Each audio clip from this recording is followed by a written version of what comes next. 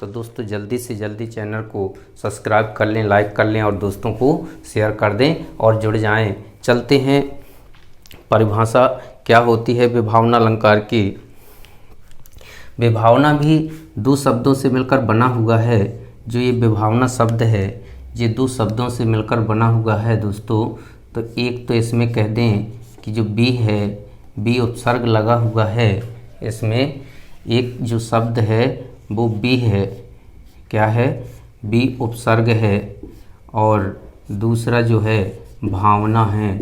ये दो शब्दों से मिलकर बना है, बी प्लस भावना से मिलकर बना है।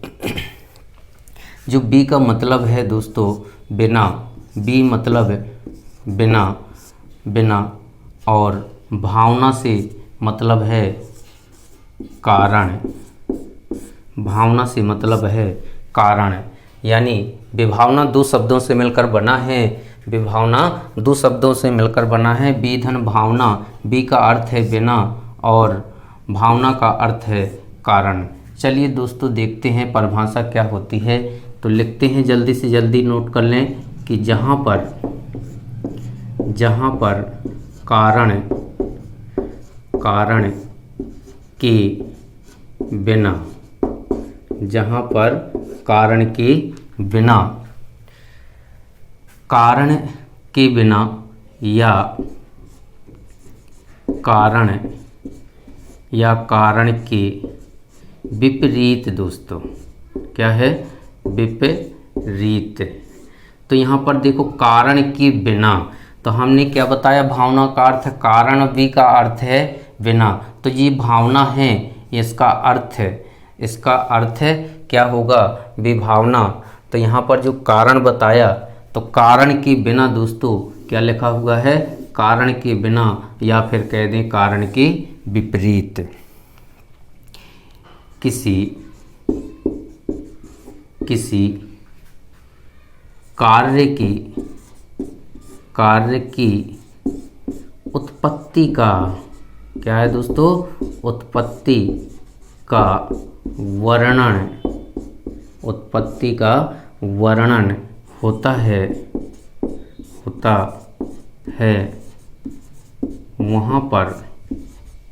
वहाँ पर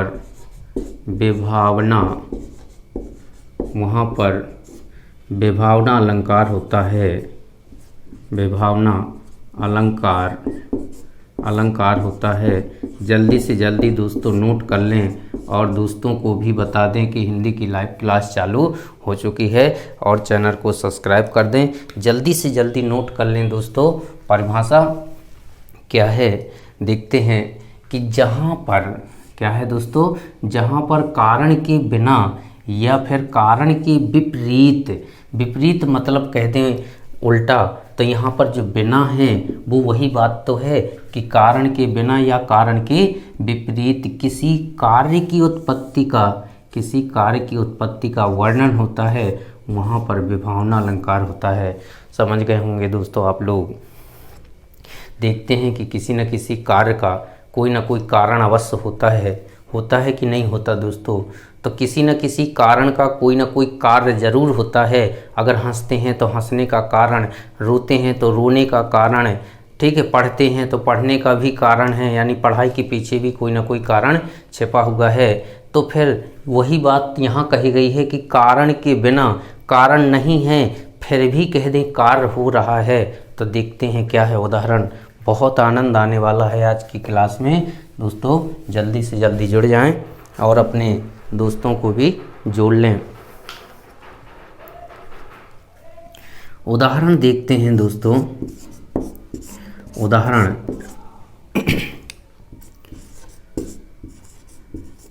बिनु पद चले सुने बिनु काना, बिनु पद चले सुने बिनु काना, कर बिनु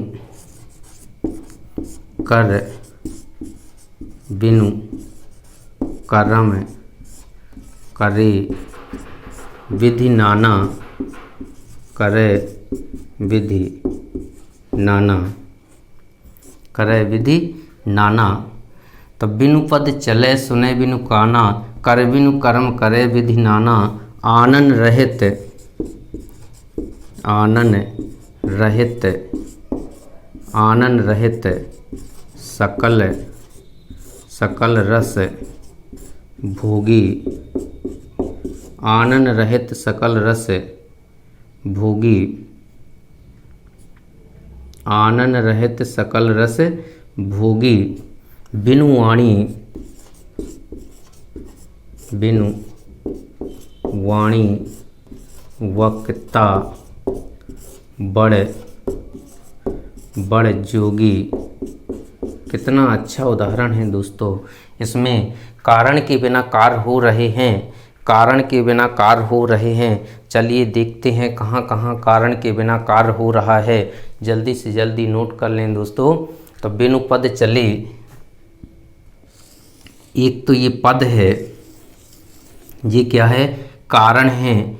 और ये यहाँ पर जो कान है ये भी कारण है, और कर ये भी कारण है, आनन ये भी कारण है, और वाणी ये भी कारण है दोस्तों। तो यहाँ पर परिभाषा में क्या है, जहाँ पर कारण के बिना या कारण के विपरीत किसी कार्य की उत्पत्ति का वर्णन होता है, तो कारण पहले देख लेते हैं कहाँ कहाँ हैं।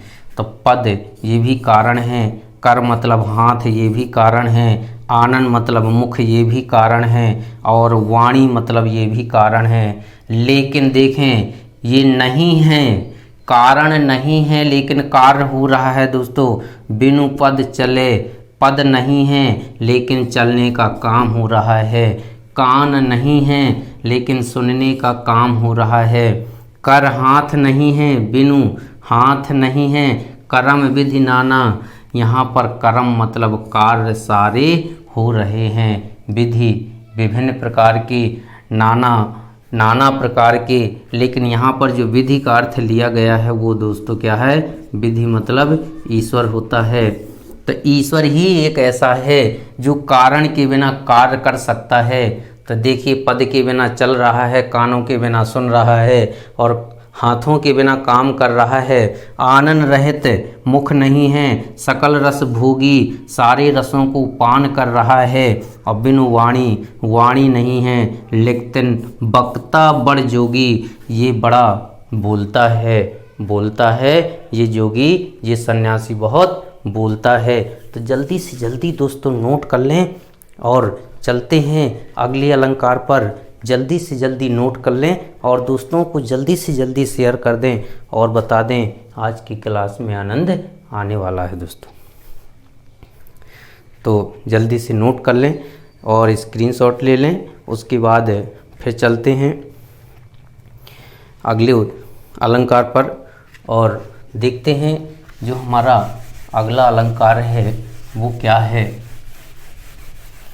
अगला जो अलंकार है वो हमारा कौन सा है, जल्दी से जल्दी देखते हैं। और दोस्तों जल्दी से जल्दी जुड़ जाएं और चैनल को सब्सक्राइब कर लें और दोस्तों को भी जोड़ लें।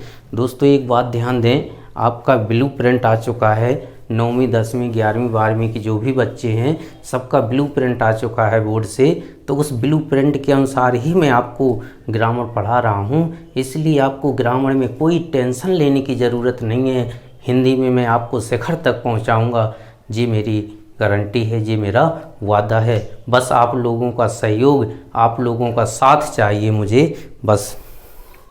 चलते हैं विशेषोक्ति अलंकार। आज का जो दूसरा अलंकार है वो है विशेषोक्ति। कौन सा दोस्तों, विशेषोक्ति अलंकार। विशेषोक्ति अलंकार, विशेषोक्ति अलंकार आज का ये दूसरा अलंकार है। जल्दी से जल्दी इस अलंकार को नोट कर लें और हेडिंग डाल लें। विशेषोक्ति देखते हैं दोस्तों, इसका जो ये विशेषोक्ति शब्द है ये दो शब्दों से मिलकर बना है। कौन कौन से, विशेष क्या है दोस्तों, विशेष धन क्या है, उक्ति है, विशेष धन उक्ति, उक्ति का मतलब होता है, उक्ति का मतलब होता है कथन। उक्ति का मतलब क्या होता है? कथन। और विशेष, विशेष का कहते हैं विशेष ही होता है, विशेष ही होता है, या कह दें अच्छा होता है विशेष कथन। तो जो शाब्दिक अर्थ हो जाएगा वो हो जाएगा दोस्तों क्या? विशेष, विशेष कथन। क्या हो जाएगा? विशेष कथन। तो ध्यान दें दोस्तों, जो अभी हमने विभावना अलंकार पढ़ा है, विभावना अलंकार का जस्ट कहते हैं उल्टा होता है। तो विभावना अलंकार का विपरीत अलंकार कौन होता? विशेषोक्ति होता। जी बात दोस्तों जल्दी से जल्दी आप दिमाग में डाल लें कि जो विभावना होता है, विभावना का उल्टा कौन होता है? विशेषोक्ति होता है। चलिए देखते हैं परिभाषा क्या है इसकी।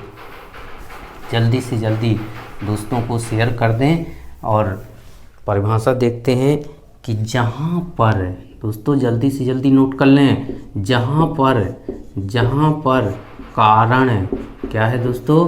कारण के, जहाँ पर कारण के उपस्थित होने पर, जहाँ पर कारण के उपस्थित होने पर भी कार्य नहीं होता है, कारण के उपस्थित होने पर भी कार्य नहीं होता है। क्या है दोस्तों? कारण है लेकिन क्या नहीं हो रहा? कार्य नहीं हो रहा। तो फिर वहाँ पर कौन सा अलंकार होगा? विशेषोक्ति अलंकार होगा। वहाँ पर कौन सा अलंकार होगा? विशेषोक्ति अलंकार होगा। विशेषोक्ति अलंकार, विशेषोक्ति अलंकार होता है। कौन सा अलंकार होता है? विशेषोक्ति अलंकार होता है। चलिए देखते हैं क्या है। देखिए विभावना जो अलंकार था, अभी उसकी परिभाषा आपने पढ़ी है विभावना अलंकार की, तो उसकी परिभाषा कुछ और थी। और यहाँ जो कह रहा है यहाँ कि जहाँ पर कारण की उपस्थित होने पर, कारण तो है दोस्तों, क्या है? कारण है लेकिन कार्य नहीं हो रहा। और विभावना में क्या था? कारण नहीं था दोस्तों लेकिन कार्य हो रहा था। विभावना में कारण नहीं था लेकिन कार्य हो रहा था। लेकिन विशेषोक्ति में दोस्तों क्या है कि कारण तो है, कारण तो उपस्थित है लेकिन कार्य नहीं हो रहा है। तो ऐसी स्थिति में दोस्तों क्या होता? विशेषोक्ति अलंकार होता है। यहाँ पर आपको ये बात समझ में आ गई होगी। विभावना का उल्टा क्या होता है? विशेषोक्ति होता है। विशेषोक्ति में क्या है? कारण है लेकिन कार्य नहीं हो रहा। अब विभावना में कारण नहीं था दोस्तों, कार्य हो रहा है। तो विभावना और विशेषोक्ति ये दोनों एक दूसरे के क्या होते हैं? अपोजिट होते हैं, उल्टे होते हैं। जल्दी से नोट कर लें परिभाषा। उदाहरण देखते हैं, उदाहरण देखते हैं दोस्तों। उदाहरण है दोस्तों, पानी विच मीन पियासी, पानी विच मीन पियासी मोही सुनी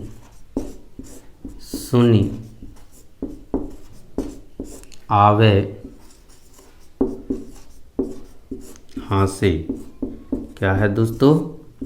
मोही सुनी आवे हासी। तो देखते हैं क्या है। देखिए कारण तो उपस्थित है, पानी विच मीन पियासी, मतलब कारण क्या हुआ दोस्तों? कारण पानी है और कारण उपस्थित है, मतलब पानी विच का मतलब बीच होता है, बिच मतलब बीच होता है। तो मछली पानी के बीच में है लेकिन सुनी आवे हंसी आ रही है। क्यों? क्योंकि जो पियासी है, कारण है लेकिन कार्य नहीं हो रहा। पानी है, प्यास नहीं बुझ रही दोस्तों। क्या है? पानी है, प्यास नहीं बुझ रही, मतलब कारण है, कार्य नहीं हो रहा, तो फिर यहाँ पर क्या होगा, यहाँ पर विशेषोक्ति अलंकार होगा। ये बात आप लोगों को समझ में आ गई होगी, तो जल्दी से जल्दी नोट कर लें और चलते हैं अगले अलंकार पर। जल्दी से जल्दी दोस्तों नोट कर लें और देखते हैं अगला अलंकार कौन सा है। अगला अलंकार कौन सा है, बस 2-3 अलंकार और बचे हुए हैं आपके, इसके बाद हम अगला वीडियो लेकर आएंगे, अगला नया चैप्टर होगा। तो विशेषोक्ति अलंकार जल्दी से जल्दी नोट कर लें और चलते हैं अगले अलंकार पर। दोस्तों एक बात ज़रूर आप ध्यान रखें कि प्रतिदिन की ये वीडियो आप लोग देखना मत भूलें, और देखना भर नहीं है दोस्तों, देखना भर नहीं है, आपको फिर कॉपी भी कंप्लीट करनी है। आपको किसी के यहाँ जाने की ज़रूरत नहीं होगी। हिंदी के लिए, हिंदी के बारे में आपको आज का ये तीसरा अलंकार आपका है दोस्तों, ब्याज स्तुति अलंकार। क्या नाम दिया गया है, ब्याज स्तुति। जल्दी से जल्दी डाल लें कि यहाँ पर जो आज का अलंकार है वो हमारा ब्याज स्तुति अलंकार है दोस्तों, ब्याज स्तुति अलंकार, ब्याज स्तुति अलंकार है। जल्दी से जल्दी हेडिंग डाल लें ब्याज स्तुति अलंकार और देखते हैं कि इसकी परिभाषा क्या होती है। तो देखें ब्याज स्तुति जो शब्द है वो 2 शब्दों से मिलकर बना है। एक तो स्तुति होता है, एक स्तुति है, और दूसरा शब्द क्या है, ब्याज है दोस्तों। क्या है, ब्याज है। ब्याज का मतलब क्या हुआ, ब्याज मतलब निंदा, ब्याज मतलब निंदा हुआ। और जो स्तुति है, जी स्तुति जो शब्द है वो आपका क्या होगा, प्रशंसा होगा। तो ये बात आपको समझ में आ गई होगी कि ब्याज स्तुति। और तो इसमें जो ब्याज स्तुति है, ध्यान दें दोस्तों, बस पहचान, नाम सामने आते ही आप पहचान जाएंगे। तो देखिए दोस्तों क्या है कि इसमें ब्याज जो शब्द है जी पहले जुड़ा हुआ है, और स्तुति जो शब्द है वो बाद में जुड़ा हुआ है। मतलब स्तुति यानी प्रशंसा, तो इसमें प्रशंसा बाद में है और निंदा पहले है। इस बात का ध्यान रखना है, बस यही इसकी पहचान है दोस्तों। पहचानने का यही कहते हैं तरीका है एक, कि हमें देखना है कि यहाँ स्तुति पहले है या निंदा पहले है। तो आपको देखना है कि ब्याज स्तुति मतलब स्तुति बाद में, प्रशंसा बाद में है और निंदा पहले है दोस्तों। तो चलते हैं उदाहरण परिभाषा देखते हैं क्या है। बस इस चीज़ को ध्यान में रखना है आपको कि ब्याज पहले और स्तुति बाद में, मतलब निंदा पहले और प्रशंसा बाद में है। इस बात का बस ध्यान रखना है। तो लिखते हैं कि जहाँ पर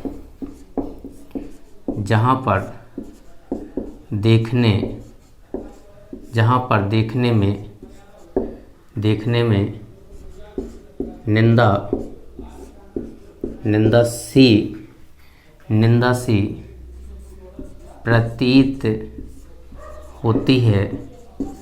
निंदा सी प्रतीत होती है, पर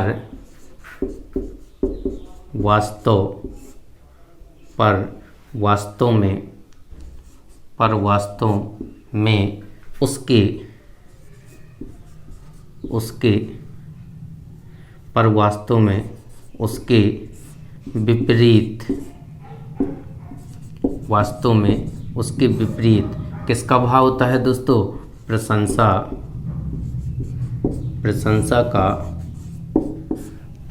का भाव होता है,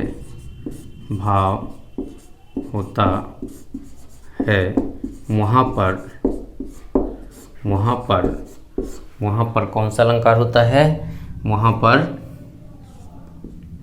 वहाँ पर ब्याज स्तुति अलंकार होता है, स्तुति अलंकार, ब्याज स्तुति अलंकार होता है।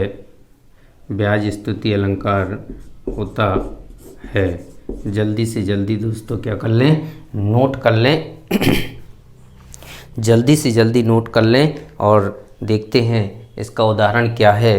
परिभाषा देख लेते हैं क्या है कि जहाँ पर देखने में निंदा सी प्रतीत हो तो निंदा दोस्तों क्यों नहीं दिखाई देगी, देखने में निंदा दिखाई देगी क्योंकि पहले क्या जुड़ा हुआ है, निंदा जुड़ी हुई है। मतलब देखने में हमें क्या दिखाई देगा, निंदा दिखाई देगी, पर वास्तव में यदि देखा जाए कि उसके विपरीत प्रशंसा का भाव होता है, उसके पीछे कह दें प्रशंसा होती है। तो देखने में कह दें ऐसा लगे कि निंदा की जा रही है, लेकिन रियल में कह दें वो निंदा नहीं होती, बल्कि क्या होता है, उसके पीछे प्रशंसा छिपी होती है। तो पहले एक आध शब्द ऐसे कह दें जो निंदा के प्रतीक होते हैं और बाद में उसकी बड़ाई कर दें, प्रशंसा कर दें, तो वो कह दें कि प्रशंसा बाद में झलकने लगती है। तो वही यहाँ है कि देखने में निंदा दिखाई देती है दोस्तों, पर वास्तव में क्या होता है, उसके पीछे क्या होता है, प्रशंसा छिपी होती है। तो जल्दी से जल्दी नोट कर लें और देखते हैं उदाहरण क्या है। उदाहरण देखते हैं दोस्तों, उदाहरण क्या है, देखते हैं उदाहरण कहा गया है। उदाहरण क्या है कि गंगा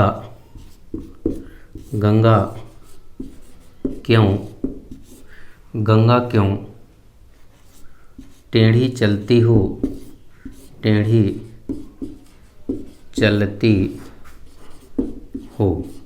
गंगा क्यों टेढ़ी चलती हो, दुष्टों को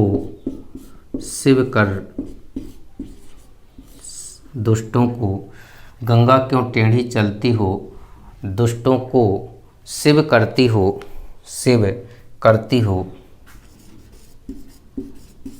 दुष्टों को शिव करती हो। तो देखते हैं दोस्तों यहाँ पर क्या है। पहले तो गंगा नदी के लिए कहा गया है कि क्यों टेढ़ी चलती हो, टेढ़ी चलना कहा गया है, मतलब उसकी निंदा कर दी गई है। लेकिन दुष्टों को, पापियों को शिव कर देती हो, शिव का मतलब है पवित्र, शिव का क्या मतलब है, पवित्र कर देती हो। तो जो दुष्ट हैं, पापी हैं, वो आपके जल से क्या कर देते हैं, नहा लेते हैं, तो वो क्या हो जाते हैं, पवित्र हो जाते हैं, उनके पाप धुल जाते हैं। तो पहले तो कहा गया है कि गंगा तुम क्यों टेढ़ी मेढ़ी चल रही हो, लेकिन लास्ट में कह दिया गया है कि दुष्टों को शिव कर देती हो, यानी दुष्टों के कह दे पापों को क्या कर देती हो, हर लेती हो। तो कितना अच्छा का सरल उदाहरण दिया हुआ है दोस्तों, जल्दी से जल्दी याद कर लो। तो इसमें गंगा नदी की पहली क्या दिखाई दे रही, निंदा दिखाई दे रही है। बाद में दोस्तों क्या है, गंगा नदी की प्रशंसा की गई है कि वह पापियों के पापों को क्या कर रही, हर रही है, दुष्टों को क्या कर रही, पवित्र कर रही है। तो ये प्रशंसा है दोस्तों, अच्छा काम है, गंगा के द्वारा किया जाने वाला अच्छा काम प्रशंसा। लेकिन पहले निंदा हो गई कि टेढ़ी चलती है। जल्दी से जल्दी नोट कर लें।